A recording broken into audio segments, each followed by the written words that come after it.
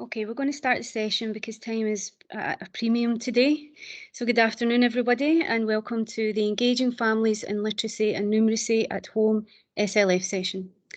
I'm so pleased that we're able to include within this session practice from the field, and I'd like to thank Antonia Clark from Scottish Book Trust and Cameron Buist from the Edinburgh Read-Write Count Collaborative for joining us this afternoon to share the amazing work that they've been doing with families. So thank you to the presenters for coming along.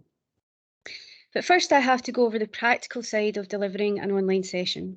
So apologies if you've already heard this in previous sessions, but in case you haven't, we would ask that you please mute your microphone when you're not speaking.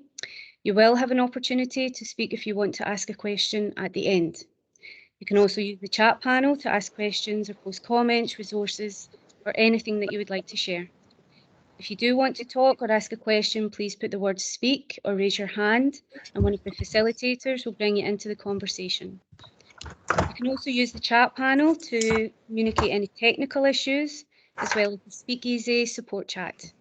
If you lose connection, just follow the joining instructions, and that will give you access to the session again. And lastly, we try to make these events as relaxed as possible. We encourage dialogue between peers, but it is online, so if we do have a few glitches, please forgive us. We would also encourage you to use the hashtag SLF online if you're going to tweet. And please be mindful that this session will be recorded. So again, if I could just ask everyone to mute their microphones, please. So now I'm going to hand over to Beverly Ferguson, and she's going to start the session. Good afternoon, everyone, and thanks for joining, as Susan has said.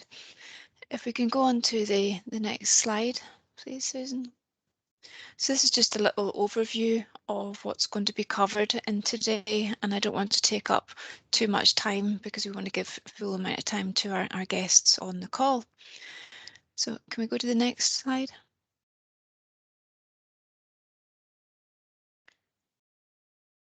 And press it one more time. The title of today's session is Engaging Families in Literacy and Numeracy at Home, as Susan has said, and throughout the session you may hear a number of terms including parental involvement, parental engagement, family learning and learning at home. And this slide is an illustration of the definitions for these four terms. These illustrations help to provide clarity on each of the distinct areas and how they can work together and the synergies between them and how they can support each other. Before this session, we'll briefly talk about the definitions, but you can find more information in the key documents at the end of the presentation. And I would just like to say that these illustrations were included in the Engaging Families and Learning, a thematic inspection of family learning. And again, the link is at the bottom of the slide there if you want to access it later. Can we go on to the next slide? So I'm just going to hand over to, I think it's Antonio for that one. Hi, I'm Antonia. I'm from Scottish Book Trust. I'm the Schools Communities Manager there, and I have responsibility for the planning, development and distribution of the Read-Write Count P2 and P bags. So I just wanted to go over a couple of things with you first of all. So on the next slide, just a bit about what Read-Write Count is, which is a campaign to improve the literacy and numeracy skills of Scotland's children, and it aims to help parents support their child's learning by incorporating simple fun activities into everyday life. On the next slide, you'll see our Read-Write Count aims, which is to help parents and carers to be confident enough to be involved in their children's learning and to understand why they're important to be involved in their learning, and then best of all, how to get involved. Also to increase families' use of their local libraries and to help close the attainment gap between the most and least disadvantaged children in Scotland. On the next slide, you'll hopefully see some of our key points from last year's evaluation, such as 77% of parents and carers said that the bag gave them new ideas or ways of doing things.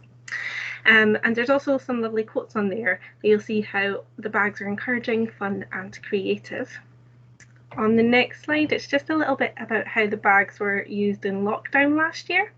This is from learning professionals who had commented that the resources were used as the primary focus to support and engage families during lockdown, that they were useful for remote learning, as every child had the same items in their home, from books to the numeracy and writing materials. You can view these full infographics and the evaluation on our website, of course. And on the next slide, just a bit about how the biggest part of the Read Write Count campaign is the free bags, which are gifted to every P2 and P3 child in Scotland. So there's also an element of Read Write Count in the P1 bags, which are an extension of the BookBug programme. So that's the P1 bags that go out. They include 3 picture books as part of the BookBug Picture Book prize. But these bags all contain a selection of books and materials for writing and counting. They've all been carefully selected so that they're fun to use at home and can be incorporated into activities in both classrooms and libraries. I am going to go over with you what's in the bags as well a bit later, but for now I'm going to pass you on to my colleague Karen. So Karen works with Edinburgh Council in the Lifelong Learning Service.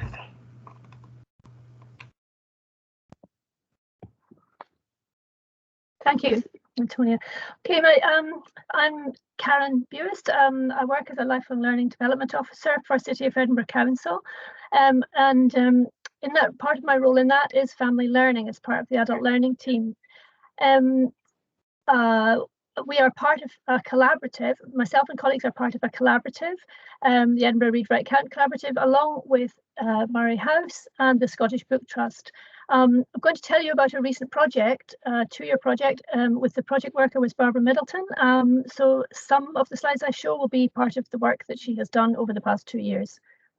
Next slide. Thank you. Just a wee bit about the collaborative, just showing you the membership of the collaborative. And my role in that was to support Barbara Middleton as the project worker located in our service. And the next slide. Okay, well, within City of Edinburgh Council, family learning is part of the adult learning team. Some of the key elements of this are that family members learn together in common with the Education Scotland definitions of family learning. We have, within our service, we have an adult learning focus, so that we're supporting parents and carers as adult learners to learn how to help their children's learning and development. Highlighting everyday learning opportunities is key to the work, and we have a responsive approach so that when opportunities arise, we can adapt what we deliver. And as Antonia was saying earlier, the Read Write Count resources are a great resource to be using because they are in every home. And partnerships again are key. Listing here some of the examples. We're working with early years settings and primary schools, but also others such as libraries, Scottish Book Trust, university, obviously, the museum, and other opportunities as they arise. Next slide, please. Okay, so one of our partners is Gail MacLeod from Murray House, Edinburgh University. She's unfortunately not able to be here today, but the next couple of slides are taken from hers. So showing that family learning is evidence-based. We're understanding how understanding that everyday learning activities, everyday activities can be learning experiences. This is really key, that parents learn knowledge and skills, but they also have their own knowledge valued, and that's really a key element to the work, that the parents gain confidence that they're able to help their children. And these learning opportunities provide a social space for parents to work together and also to develop wider social networks. That is a really key element of learning. And thank you. The second of those slides from the research refers to a funds of knowledge approach, and sometimes you'll be heard this be referred to as an asset-based approach or a wealth model. This is key to build on the knowledge that parents already have, which means that sessions will be different every time depending on what parents bring, from what they know about their own children. It assumes that parents have an equal role to play with teachers, and the learning experiences are cooperative activities. with respect and trust between the teachers, the parents, and the lifelong learning staff who are participating together. Supporting parents to fulfill their aspirations, so that they're gaining skills as adult learners, as well as supporting their children and being aware that they are key as their children's first educators. And a little bit here about the resources and the practices. It builds on parents' own experiences, and there's a couple of references there for further information. Okay, next slide, please. Right, the project that that Barbara Middleton worked on with us was looked at the resources and rather than having just a one-off activity, which is done in a lot of settings, a one-off gifting activity for the read write count bags, we decided to develop a series of sessions that would be delivered to parents as a short course or as a club that they could come to along with their children. They did weekly activities and they were all based around the contents of the bag. So the bag in this example was one 2 years ago. And you can see that there's 4 sessions planned. The first one focused around one of the books and mainly about reading. Second one, another book mainly about maths. The third one involved a visit to a library. So out and about together, which was a completely different learning experience, and allowed parents to access together.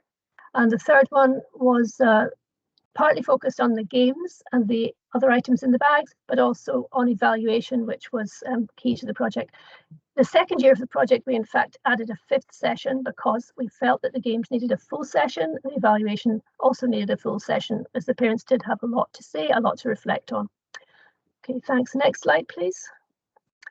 Okay, so what we did in the sessions, I'm taking one session, an example from the book,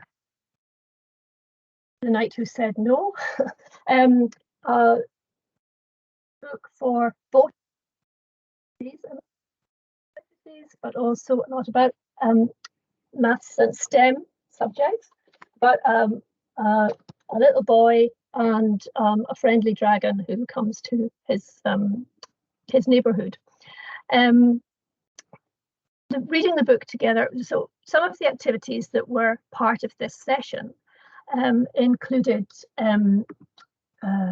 reading the book together, hearing it aloud and hearing the rhythm and rhyme, because you'll see this is not, although it was maths in the first, as you saw in the last slide, the focus was on maths and on STEM, but in fact with every session they do mix together because that's how parents experience the world, and the group was flexible in that way. So we're looking at the rhythm and the rhyme, highlighting some of the language of emotions. There's an opportunity for using Bloom's taxonomy questions as they come up, and a really good opportunity to talk about shapes, pattern in the book.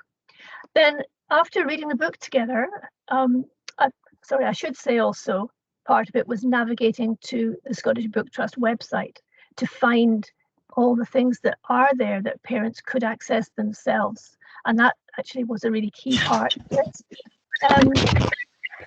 So they navigate to the website first, then they use the book, they do a reading of the book, and then there's a group activity. And usually this is building something, making something, doing a craft activity together. And during that, the worker is modelling, there's active learning taking part, and there's a chance for parents and children to reflect as they're going along on what the learning opportunities are that they're going through together. In this example, they built Ned's castle. Ned was the wee boy in the book.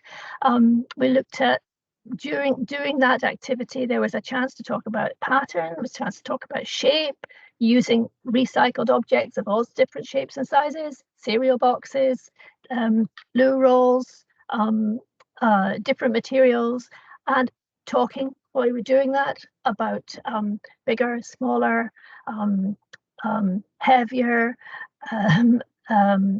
using the names for the shapes and sizes, using the names for the shapes, and talking about STEM outside the session. There's also another activity which was making puppets to retell the story. That's another one's an opportunity to do that. And another key part of this, so not necessarily in this session, but it could be part of the following session if there's no time for that, but is to use this little booklet. It's the Fun Ideas booklet to keep them entertained. This is part of the Read, Write, Count bag. And we found from our interactions with the parents in these sessions that this was often very underused. Parents tended to use the books, but not to notice the other things in the bags. So we picked on this, some of the many activities in this wee booklet to do together with the parents. And I'll show you that with the families. Sorry. Okay, next slide, please. This slide shows some examples of some of the language that came out of the work we did around The Knight Who Said No book, and also some of the one of the STEM kind of worksheets that were developed and the castles parents made. What I would say about this slide was actually done with one of the groups we worked with. We worked with 8 groups, and 2 of them were specifically for families who had English as an additional language. So we did find that although the literacy and numeracy kind of came out as part of the discussion and people learnt that way in most sessions, that when we came to working with the families who had EAL, the parents were really keen that there was some English learning within the session. So we had some more conscious learning activities that we built into this. The first 2 examples here for rhyme and vocabulary, those were elicited during the session from the families as we were talking as part of the discussion. And the final one that shows the names for the shapes, this was created in anticipation of the parents wanting to know this vocabulary. Next slide, please. Final slide on the sessions. Actually, this shows some of the work that we did on using the contents of the little booklet. You can see that there are a lot of, where are they? Really useful, handy things to be playing with the groups, because as well as the booklet, there's a notebook that the children can use. So they've got that there in their bags. There's dice games, and all the ideas for the dice games are in the fun booklet. And you can see there, one example is the estimation. So, throwing 2 or 3 of the dice, estimating the totals, subtracting from each other, and then playing games by recording results in the booklets. You can see that they're recording results in the booklets on the slide on the bottom left with little bits of paper that they've cut up from home as kind of counters. So that's one STEM activity that went down really well. Another one was another activity was sharing stories, and that was made from the card game that's in the pack. And you can see that the card game itself was great fun for the children to play together. Often the parents hadn't noticed it. It was small. They'd maybe chucked it out, or it had been played with a younger sibling. But when they played it together in the group, they could see the rich resource that it is and all the different extensions of these activities that can be done. It encouraged storytelling, it encouraged story making, and also drawing. The children could draw. You can see here the dragon that's taken from the Knight Who Said No booklet, postcards that they've made, etc. Okay, next slide, please. Yeah, some parents' comments about the sessions, and the first one, the one in yellow, on a very simple level, a lot of parents didn't know what to do with the bag, and particularly the examples that we had, parents who had recently arrived in Scotland, and said it was just a bag of books. They didn't realise how great a learning resource it was. The second one there, we've got an example of a little boy who helps his granddad, who's a plumber, does a lot of measuring, an awful lot of STEM activities as part of everyday life, but I'd never thought of it as maths. And this project opened the eyes of the parents to the fact that he was doing this. And in that particular group, which was a face-to-face group before lockdown, the teacher was part of that group as well, which really was a great way for the teacher to be able to find out about the language and literacy learning that is going on in a child's life. This was a child who didn't engage well with school learning. So it became very much a two-way learning exchange, which was a great outcome for everybody. And the third one, really, I put this one in to highlight that parents became more confident. Parents have became more confident to support their child's learning because they realized that they could do it in an informal way, that everyday life is a place where children can learn. And it's play-based, and that continues into primary school. Also, parents enjoyed it. They could use their imaginations and make it fun. Another comment that I haven't included was a parent who remembered enjoying activities using recycled materials as a child, and I think said, I never would have thought that an adult could have child's fun. So it's kind of remembering the fun that can be had with your children. Okay, next slide, please. Oh, I should say before I move on to this one, we've put into the chat a link to the information about the Read Write Count Collaborative, and on that there is a link to videos that were made as part of the project. When it was put online, videos were used to for parents to watch together.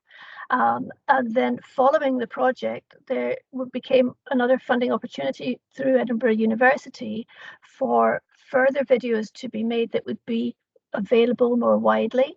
So you'll be able to see more information about that on one of those, the first of those, the website that has been added, the Murray House website, but also on the Twitter account that was created and has invited parents and has invited parents and teachers also to interact on Twitter using those video resources. They're based on the bags from last year, but they stand alone as activities that parents may like to do. And they're, yeah. Okay, can I have the final slide has others? Yes, we put everything, the first section in on the barriers. Thank you. Yeah. I've only got a couple of minutes left, so I'll whiz through this. Just to sum up, some of the barriers that we came across, there's general barriers such as childcare, venue and time for parents coming along to face-to-face groups. Those have always been issues. Less so online. In fact, childcare hasn't been such an issue, though there's different issues with that. But we did find that the venues, the main thing about the venue was parents really didn't mind where they met, so long as it was easy and so long as it was at a time they could make. And in lockdown, a good time turned out in the end to be twilight for a lot of families, because when the children were back at school, they were back at home for that time. Previous experience of education, when parents don't have a good education experience themselves, less likely to engage, and parents' literacies make it difficult as well.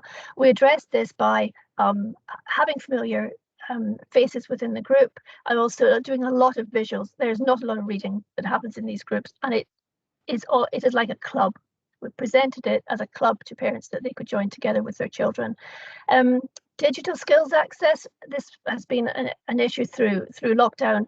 As they were fairly small groups, the workers could support the parents to get online when necessary, but they were using Teams, and they were using the Teams that their children were, the MS Teams that their children were encouraged to use at school as well.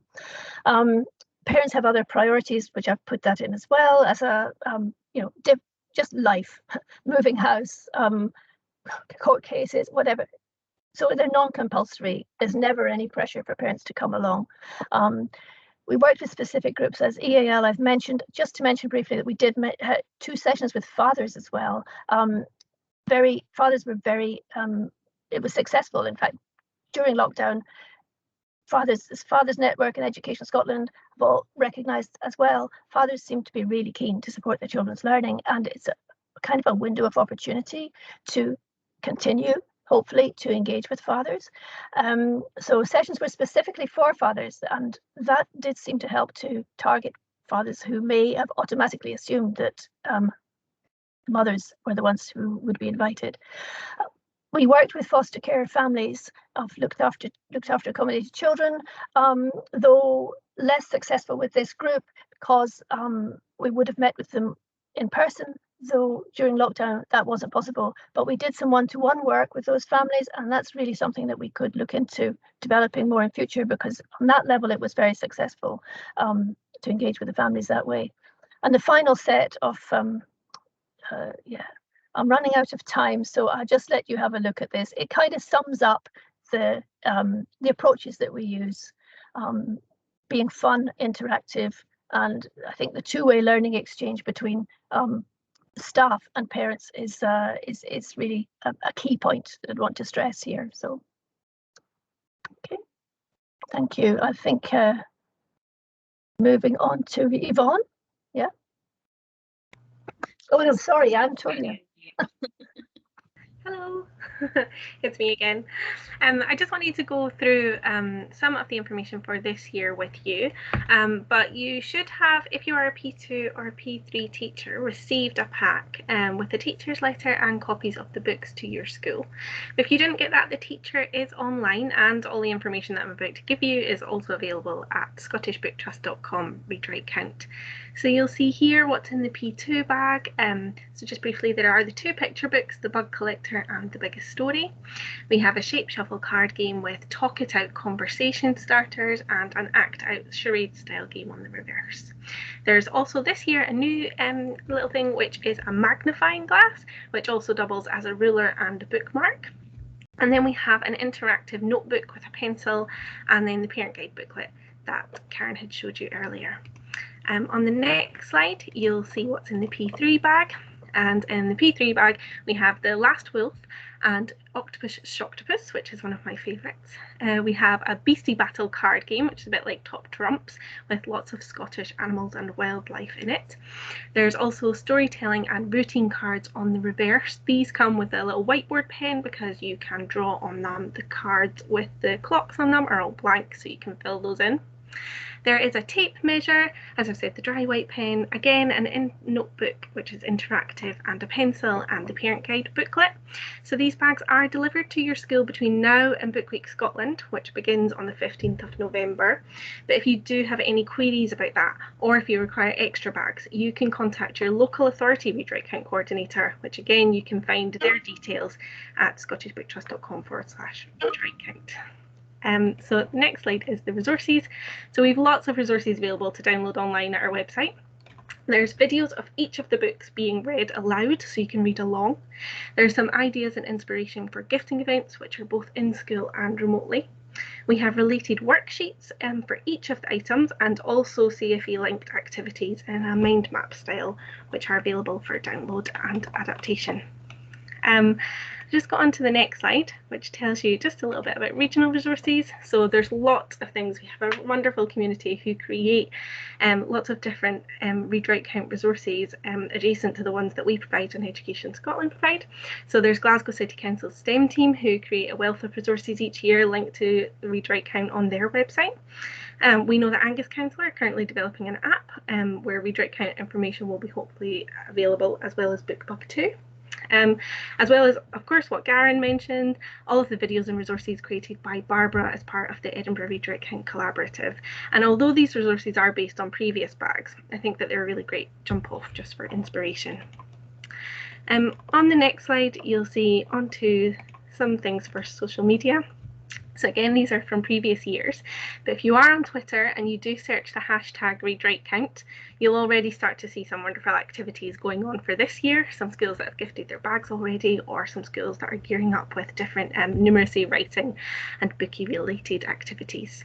So these ones are just from Edinburgh Libraries, who started to think about introducing ReadWriteCount sessions in advance of lockdown, and then they were really quick to think of ways to continue these activities remotely. So they used their Facebook group for children and young people to promote activities related to ReadWriteCount for families at home. All of these activities were fun and creative, but they also promoted literacy and numeracy skills. So each week, and this is still ongoing, there's different ReadWriteCount related challenges. And then on the slide there, Renfrewshire Activities, who created activities based on the books. And that's an example of a nice seasonal activity idea, which encourages children to take photos of trees throughout the year to see how they change, which is also relevant to some of the books in the bags this year. The next slide, last slide, is just a bit about Hillington Primary School in Glasgow, who did online introductory events for parents so that they could see what was in the bags and then get ideas on activities that they could do. And then a picture from Kinross Primary School in Perth and Kinross, who couldn't invite parents in last year, so they involved their primary fives to work with their P3 buddies instead to explore the bags and complete some learning activities. The last slide we've got is just a slide with our information. So if you do have any questions that you don't ask at the end, you can email us at readwritecount@scottishbooktrust.com. And then that is me, and I'll hand back to Yvonne from Education Scotland now. Thanks very much, and thank you to Karen and Antonia for your time today. Hopefully you found it really useful just to hear how the books have been used to support the literacy and numeracy at home. For the final part of today's session, we're going to have a kind of consideration to some of the barriers around having parents involved, and also considering some of the ways that we might be able to work around some of those barriers. So we know that there are lots of reasons why parents might not be able to engage in their children's education, and it's really important that ELC settings, schools and parents work together to identify what the barriers are and how these can become overcome. We know that parents have outlined a number of different factors which they kind of feel restricts their ability to become more involved in their child's learning. And these can fluctuate from external barriers that are completely out with parents' control to individual obstacles that are quite specific to personal life circumstances.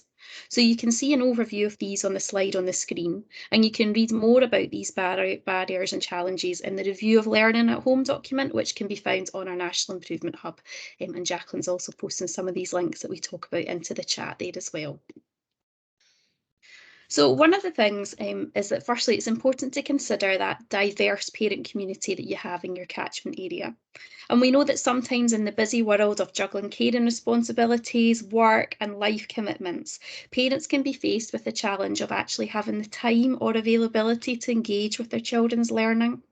So it's important that we work with parents to help them understand and see the significant part that literacy and numeracy skills have in the everyday world, so that we can support and encourage them to value the time that they take on everyday events, things like when they cook together, making the dinner, catching the bus to Granny's house, even doing the weekly food shop, how we can use these tasks to promote literacy and numeracy skills and how we use those in the everyday life. And so that the parents can understand that these kind of seemingly meaningless activities actually can be really rich learning opportunities. And it's our job to kind of help parents to be able to make those links and see those links. And we know that families spend a lot of time talking together, and that being able to talk about everyday life and the things that are going on provides such rich experiences in interaction and conversation building, but also giving adults that opportunity to model conversation. And the Education Endowment Foundation has an example of the trust approach here, which really kind of highlights when you are having that conversation with your child, the different communication skills that you are developing, and how this can be used while children are reading together or doing jobs together or playing together. So hopefully that link is helpful for you there. And as Karen mentioned, Gail has obviously done a significant amount of research into this, and she has shared with us some of the different studies that she's looked at, and we'll give you links to all of those at the end of the session. But one of the ones that we picked out was the study that Williams and Williams did looking at homework projects, and their study found that if schools were sending home activities that were based on real life experiences, so things like being able to manage money, wrapping parcels, the kind of everyday life experiences that we're talking about, there was a much higher level of engagement. This type of approach helps parents to be seen as the expert. You know, it's their world, it's what's going on, it's what's happening, and actually found through their study that children were more willing to accept parent feedback using this type of approach, you know, and that helps to boost confidence levels for both the parents and the children involved.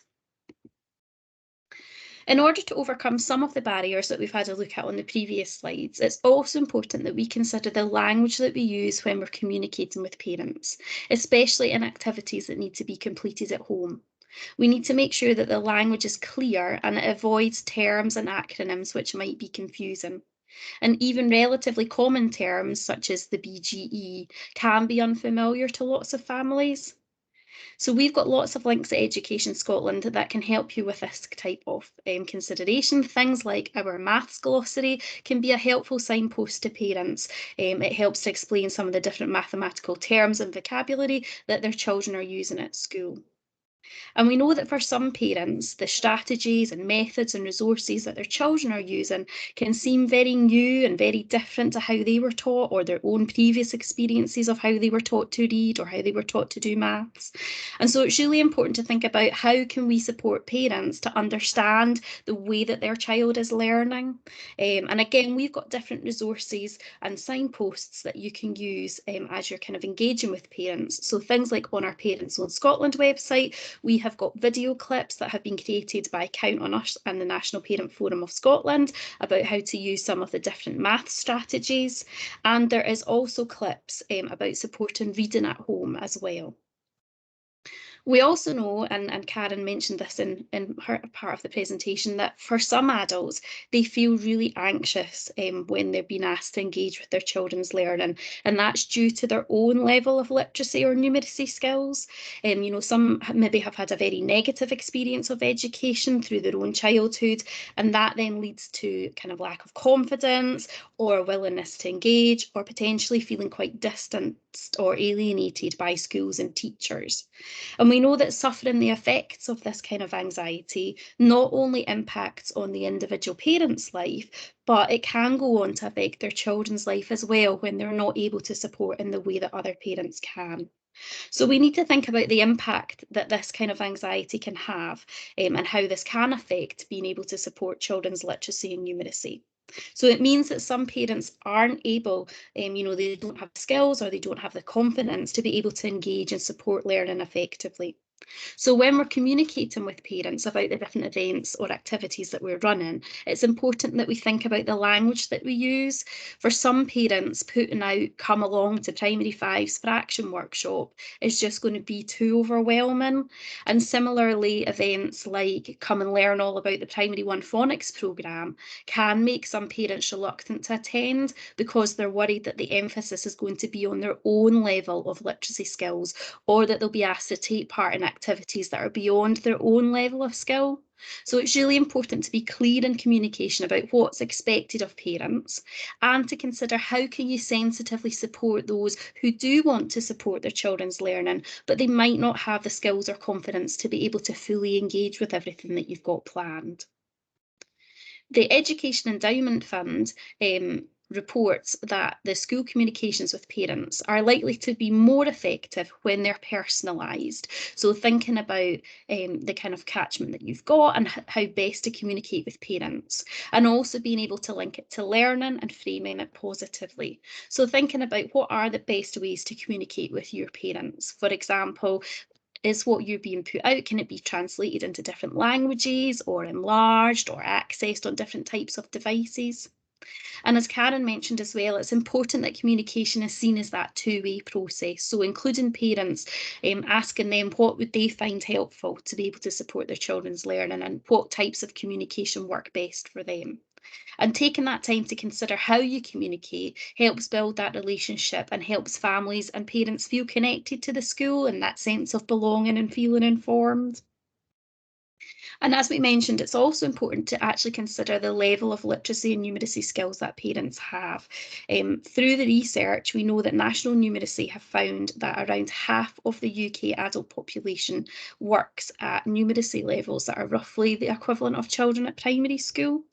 And we know that in the work that the National Literacy Trust have done, 1 in 4 adults in Scotland experience challenges due to their literacy skills.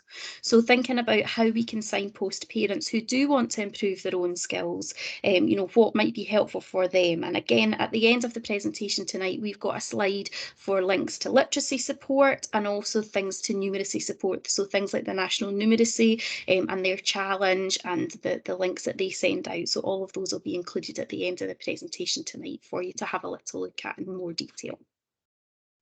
And then the kind of final part is thinking about how do we make it accessible and engaging for our parents. So we know that our curriculum recognises the importance of children learning about lots of different types of text that come from the media.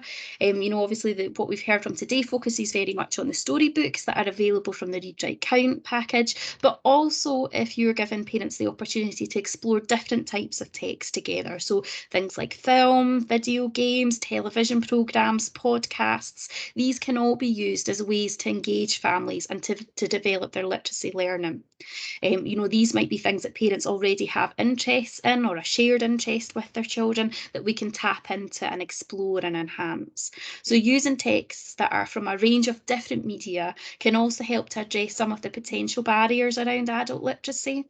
And Screen Scotland have got a fantastic resource for families to explore literacy through film, and that is hosted on our Parents Own Scotland website.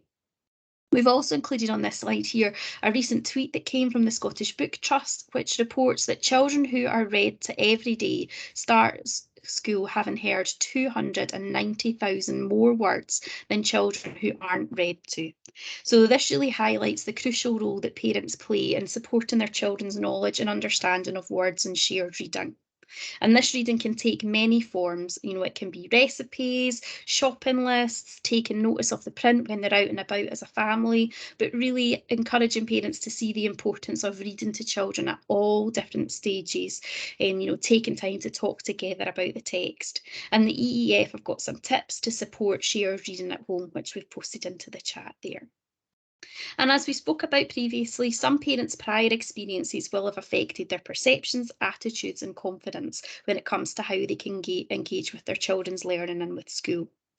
We know that some schools and organisations have found success engaging parents in opportunities which use maths and literacy in that more informal way at first. And I think the Read, Write, Count Collaborative is a great example of how it was kind of built up from that fun basis.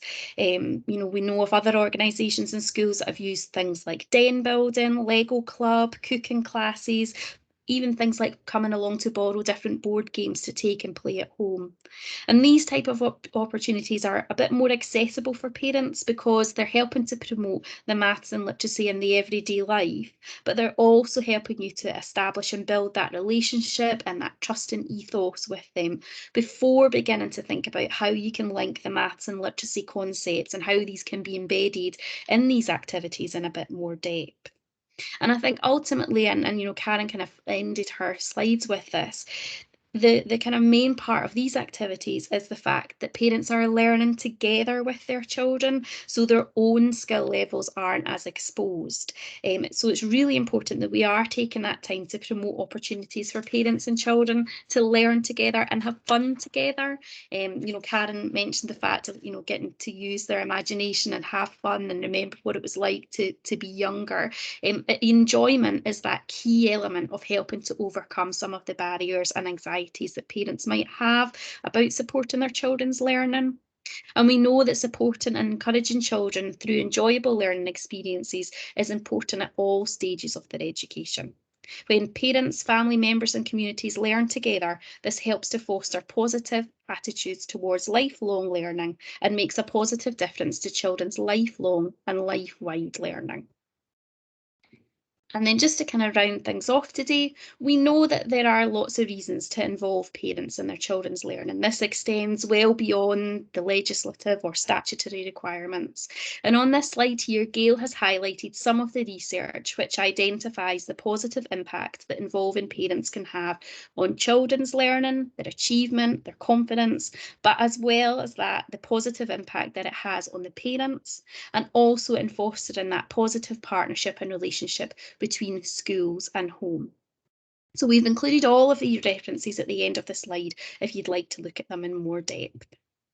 And that brings us to the end of today's session. I hope that you have found it useful, and we would be delighted if you could complete our short evaluation by clicking on the link that Jacqueline has posted into the chat, or if you have got a smartphone, you can open your camera app and scan the QR code, or you can go online to menti.com and input the code there. We've also included our Twitter feeds on the side of the screen, so you can follow us and keep up to date with all the latest developments and news. And if you've got any questions, you can direct them to us via that. If you'd like a copy of today's slides, I've put the email address on screen there. Feel free to drop us a little email and we'll aim to get those sent out to you in the next couple of days. And I'd just like to end today's session by saying a big thank you to those who were able to join us: Beverly, Susan, Jacqueline, Karen and Antonia, and also to Julie for their time in helping to pull this all together. We hope that you found it useful and we hope that you enjoy the rest of the day's Scottish Learning Festival. Thank you.